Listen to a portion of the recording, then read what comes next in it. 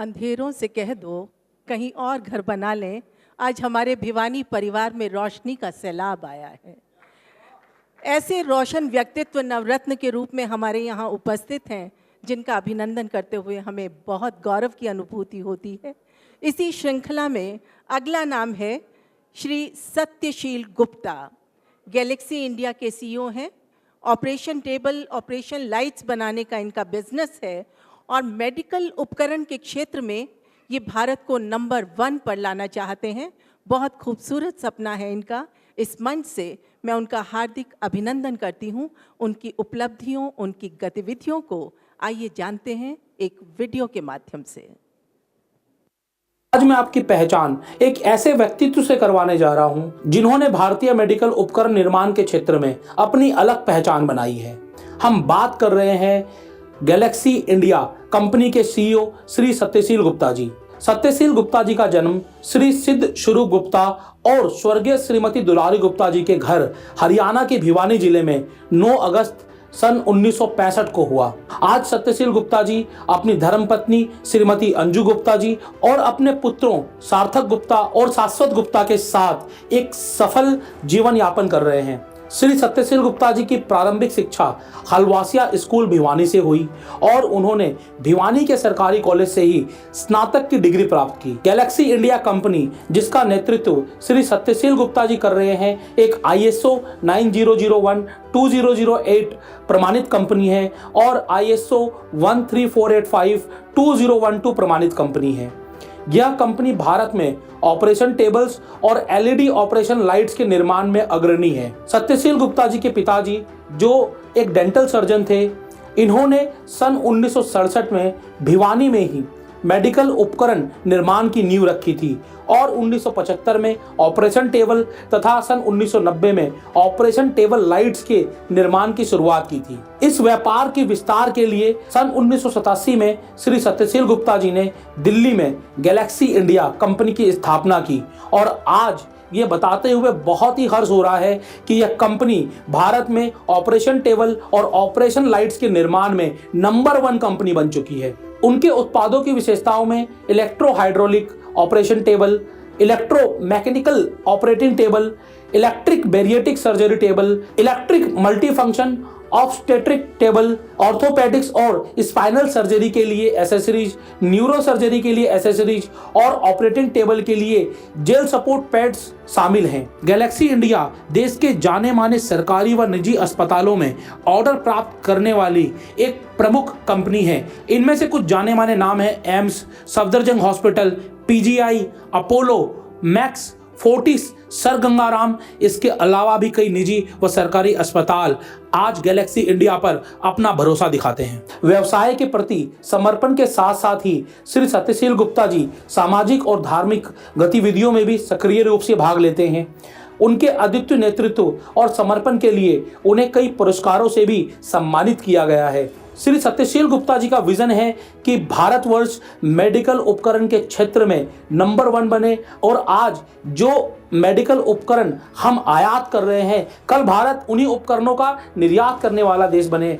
आज भिवानी परिवार मैत्री संघ को श्री सत्यशील गुप्ता जी को नवरत्न अवार्ड देते हुए बहुत ही हर्ष अनुभव हो रहा है। आइए हम सब मिलकर इनकी प्रेरणादायक सफर से कुछ सीखें और तालियों के साथ उनका स्वागत करें। जय भिवानी, जय हरियाणा, जय हिंद।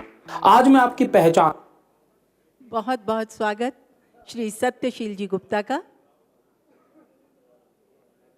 शाल्यार्पण के लिए उनका अभिनंदन करने के लिए मैं आमंत्रित कर रही हूँ श्री राजेश जी चेतन और श्री दिनेश जी गुप्ता को।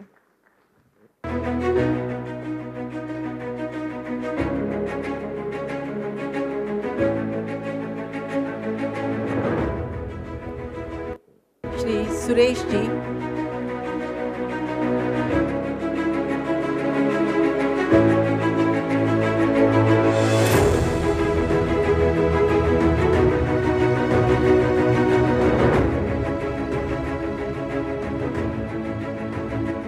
इनके साक्षात्कार के लिए मैं आमंत्रित कर रही हूँ तान्या ठुकराल को। तान्या ठुकराल जो स्टीम विजन फाउंडेशन की मिशन स्ट्रेटेजिस्ट हैं और जो रूरल एंड रिमोट एरियाज़ में गर्ल्स के लिए टेक एजुकेशन के लिए काम कर रही हैं और girls empowering new India using steam, इस पर ये काम कर रही हैं। तो तान्या ठुकराल इंटरव्यू करेंगी आज के हमारे नवरत्न को, श्री सत्यशील जी गुप्ता।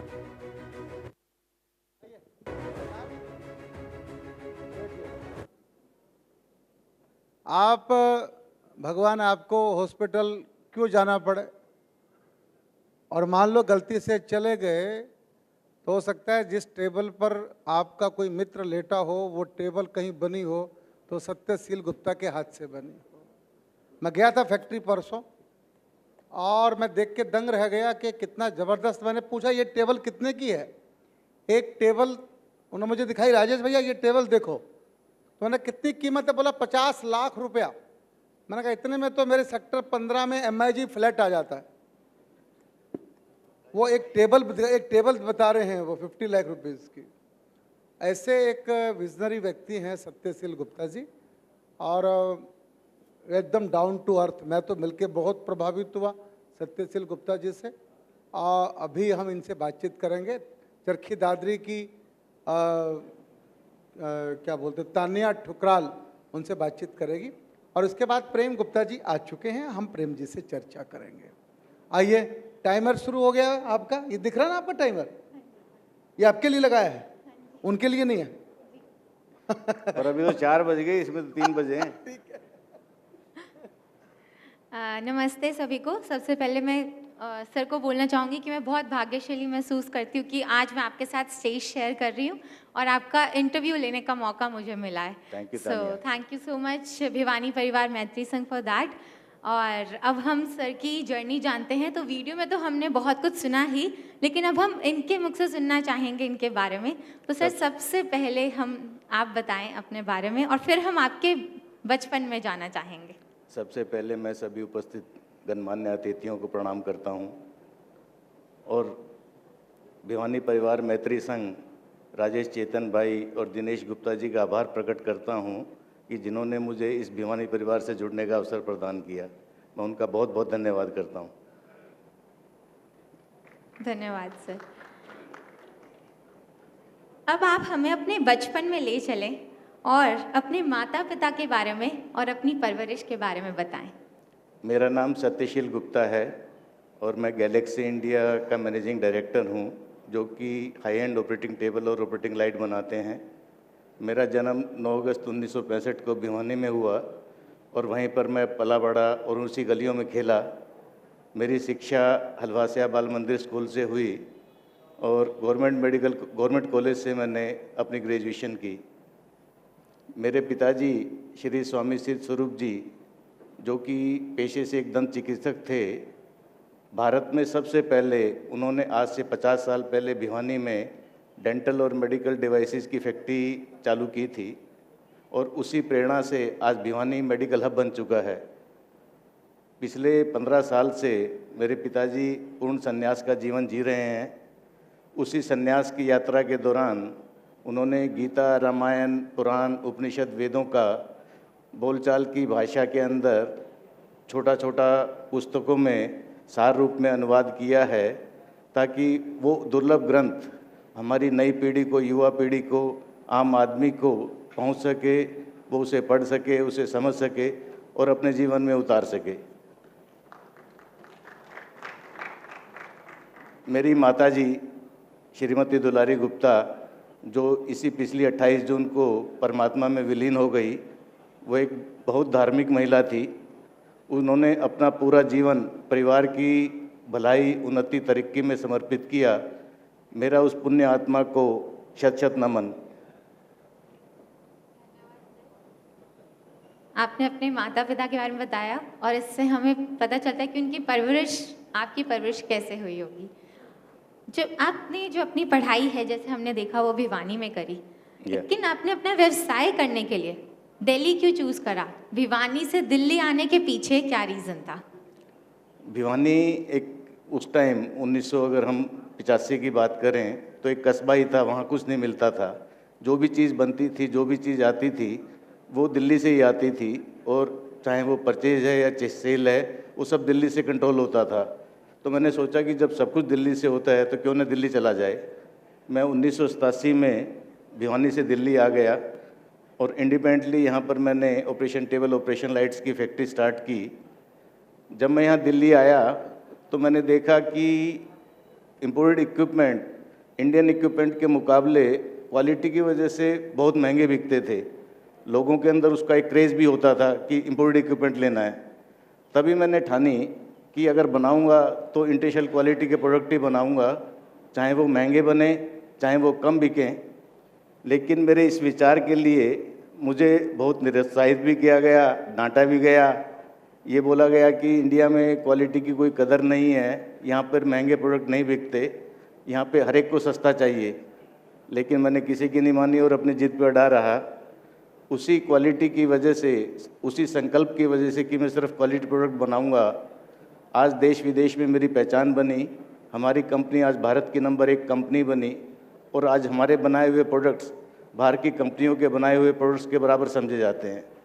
और प्रोडक्ट्स जो हम बना रहे हैं क्वालिटी की वजह से बाज़ार के जो दूसरे मैन्युफैक्चरर्स हैं उनके मुकाबले 3 से 4 गुना ज़्यादा रेट में बिकते हैं।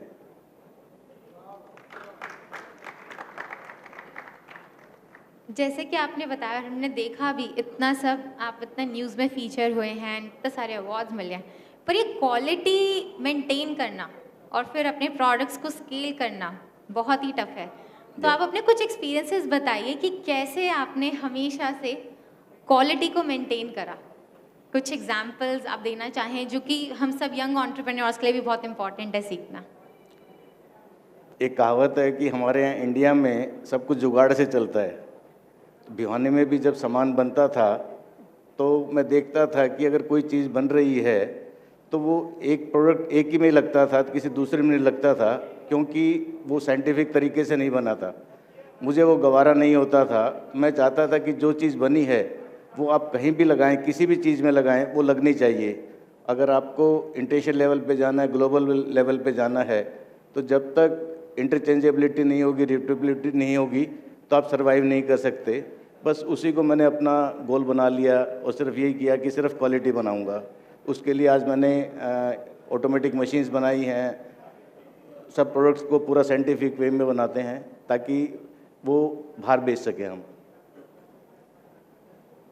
तो हम सबको भी यही सीखना चाहिए कि अगर हमें एंटरप्रेन्योरशिप अपना कोई प्रोडक्ट बनाना है तो कैसे उसकी क्वालिटी मेंटेन करना बहुत इंपॉर्टेंट है अगर हमें नंबर 1 बनना है तो। मैं एक चीज़ और कहूँगा इसमें, क्योंकि मेरा जो अनुभव है, हम एक डेवलप्ड कंट्री की तरफ अग्रसर हैं और जब आप डेवलप्ड कंट्री हो जाते हैं तो आम आदमी की स्पेंडिंग पावर बढ़ती है, उसकी एक्सपेक्टेशन बढ़ती है, वो क्वालिटी चाहता है, वो सर्विसेज चाहता है। तो आज के माहौल में अगर आपको कोई अच्छा बिजनेस खड़ा करना है और उसे अगर आप चाहते हैं कि वो नेक्स्ट जनरेशन तक भी जाए, तो मैं चाहता हूं कि क्वालिटी के सिवा उसका कोई दूसरा ऑल्टरनेटिव नहीं है। हाँ, क्वालिटी के साथ साथ अगर आप उस अपने बिजनेस को खड़ा करने में थोड़ा समय दें, वो भी बहुत ज़रूरी है, क्योंकि एक दिन के अंदर कोई भी बिजनेस खड़ा नहीं होता।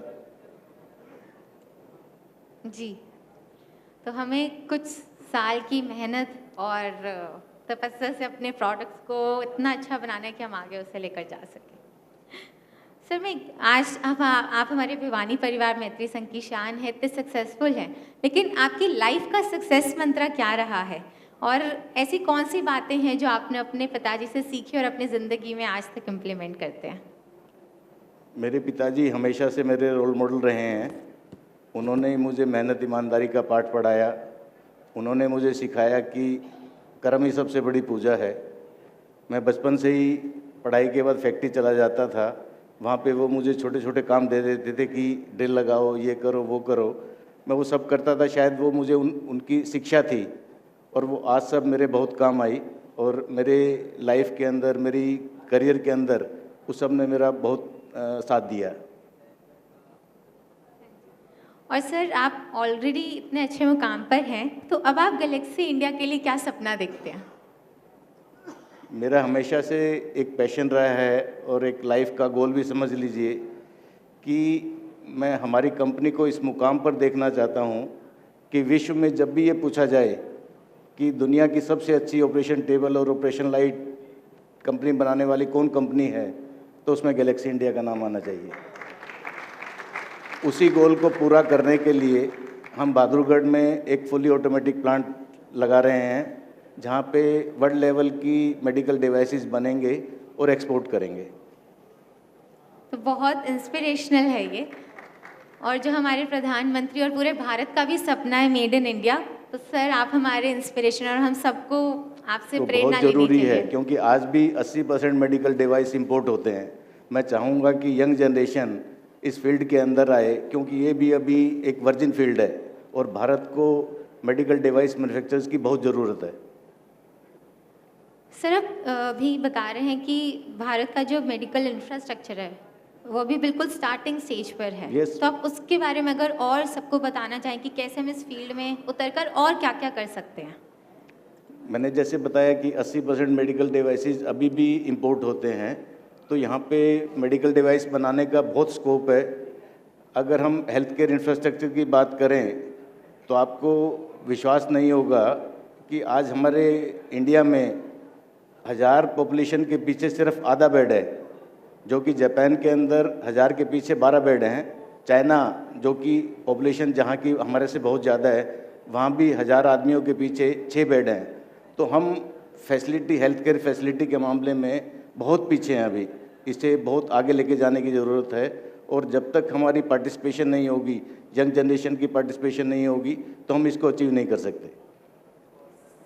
जी, तो ये एक मौका भी है, एक अपॉर्चुनिटी भी है, और एक बहुत बड़ी opportunity है। प्रॉब्लम सॉल्विंग अपॉर्चुनिटी है कि हम इस फील्ड में घुसकर Yeah. कुछ अच्छा काम कर सकें। और सर आपने, जैसे हम सबको पता है मेडिकल और हेल्थ इंफ्रास्ट्रक्चर में भी बहुत प्रॉब्लम्स हैं, तो कोविड के दौरान गैलेक्सी इंडिया का आपने किस तरीके से उपयोग करा कि आप भी कुछ योगदान कर सकें उस सिचुएशन में, क्योंकि काफ़ी टफ था वो उस पूरे भारत के लिए।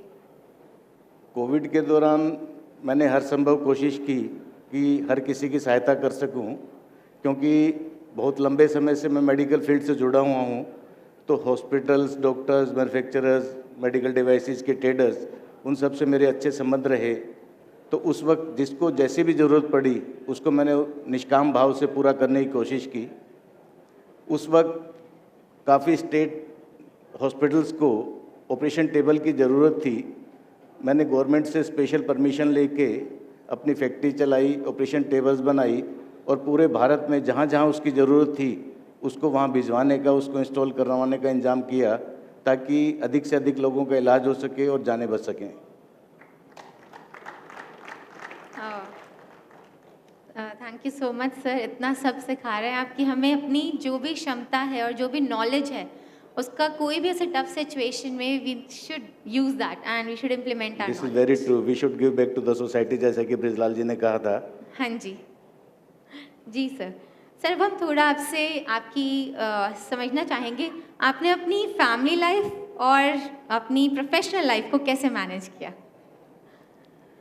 मेरे 2 बेटे हैं, दोनों इंजीनियर हैं। बड़ा बेटा सार्थक गुप्ता, वो मेरे साथ बिजनेस में है और बिजनेस की मार्केटिंग और सेल्स संभालता है। आज इस कंपनी को इस मुकाम तक, जो भारत की नंबर 1 कंपनी बनी है, उसमें उसका बहुत बड़ा योगदान रहा है। उसकी अभी पीछे 2022 में, दिसंबर 22 में शादी हुई है।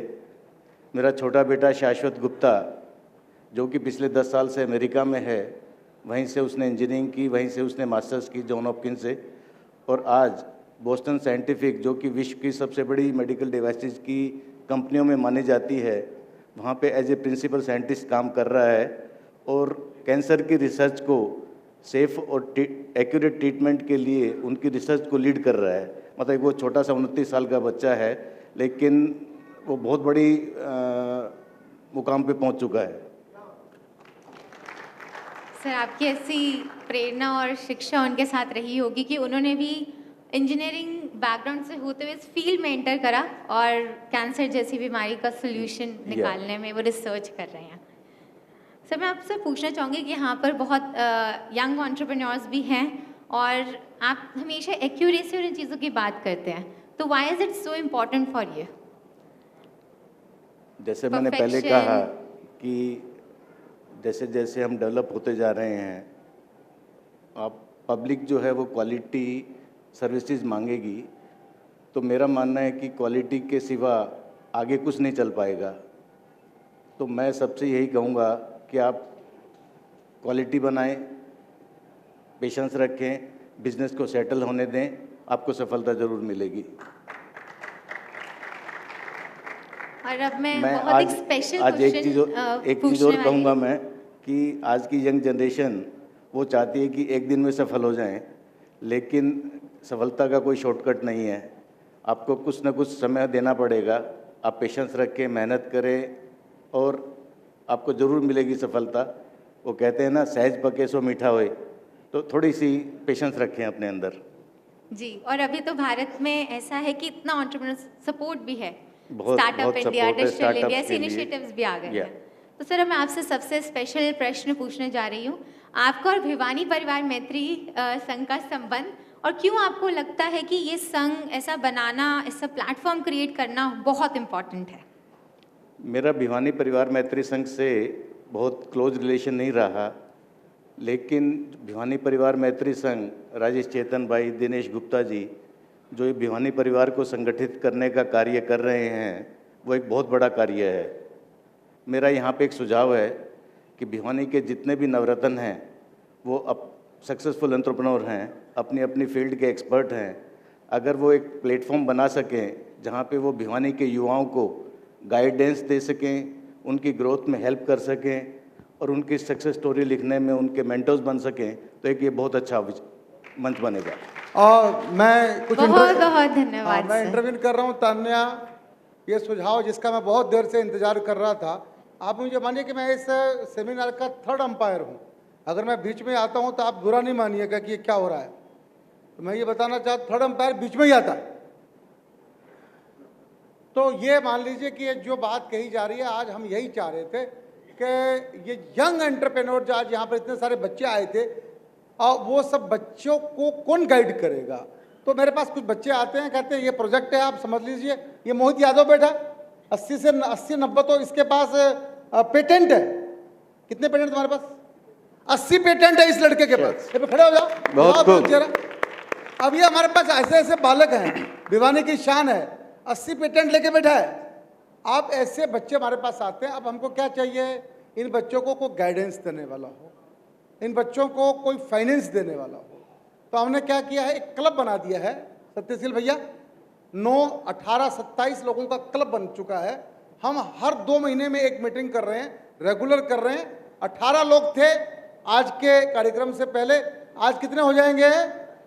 27, और 12 हमारे ऑफिस बेरर। तो ये लोग बैठते हैं, चर्चा करते हैं। अब ये जो आपने आज जो कहा है, आगे से यंग एंटरप्रेन्योर को हेल्प करने के लिए एक हेल्पलाइन शुरू करनी चाहिए या नहीं करनी चाहिए? बताइए मुझे आप लोग, करें कि नहीं करें? तो आज ये हेल्पलाइन की मैं घोषणा कर रहा हूँ। जल्दी इसका पूरा प्रारूप हम बना के आपके बीच रख देंगे। क्या करना है? 2 काम हमने किए हैं। एक नरसी का भात अनाउंस किया और लगभग 70 लोगों ने उसमें अपनी आहुति डाल दी है। छोटी बात नहीं, 70 लोगों की तालियां सबके लिए बजा दो एक बार यार। और ऐसे ही आज दूसरी मैं अनाउंसमेंट कर रहा हूं कि ये 27 लोगों का जो क्लब है, नवरत्ना क्लब जो हमने बनाया है, ये लोग यंग एंटरप्रेन्योर के लिए एक हेल्पलाइन शुरू करेंगे। Thank you very much. Thank you, धन्यवाद। Thank you. धन्यवाद सर, आपने सभी प्रश्नों का इतना अच्छा उत्तर दिया, और I Thank you think so much. सभी जो ऑडियंस में हैं सब बहुत बहुत इंस्पायर होंगे। So thank you so much sir Thank for you. Giving me this opportunity and great Thank you so much. Learning from you. धन्यवाद तान्या। और सत्यशील जी, आपके परिवार से जो भी उपस्थित हैं उनको भी हम मंच पे बुलाना चाहेंगे, तो वो भी सम्मिलित हों। और तान्या, आप भी बने रहें। मैं भाई लीला कृष्ण जी को, राजेश ठुकराल जी को, हंसराज जी को भी बुलाना चाहूँगी, वो भी एक विशेष सम्मान में शामिल हों। गौरव अग्रवाल जी आए। यश आप बेटा, यश आप भी आए। दिशान भी आए। और सत्यशील जी का सम्मान करें जी। बहुत ही अच्छा साक्षात्कार तान्या आपने लिया।